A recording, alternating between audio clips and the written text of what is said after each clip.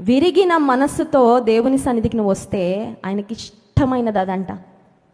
A broken heart and a contrite spirit. కొన్నిసార్లు హృదయం విరిగిపోతుంది, కానీ అది ఎవ్వరికి తెలియదండి.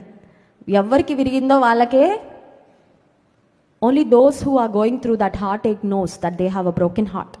హృదయం విరిగిపోయినప్పుడు ఆ విరిగిన హృదయం ఎవరికి ఉంటుందో వాళ్ళకే తెలుస్తుంది. బయటకు ఒకవేళ అస్సలు ఎవరికి చిన్న క్లూ కూడా లేకపోవచ్చు. నీ హృదయ స్థితి, నా హృదయ స్థితి స్పష్టంగా ఎవరికి తెలుసు అంటే, ఈసీజీలో 2D ఎకోలో ట్రెడ్మిల్లో రాదండి ఆ రిపోర్టు, దేవుని రిపోర్ట్లో వచ్చేస్తుంది.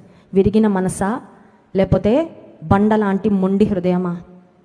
If we are broken in the presence of God, దేవుని సన్నిధానానికి వచ్చి మన అవిధేయతను బట్టి, మన పాపాన్ని బట్టి, మన దోషాన్ని బట్టి, మన అపరాధాన్ని బట్టి విరిగిన హృదయంతో నలిగిన మనసు దేవుని దగ్గరకు వస్తే అది ఆయనకి ఇష్టమైన బలి, ఆయనకి ఇష్టమైన అర్పణ.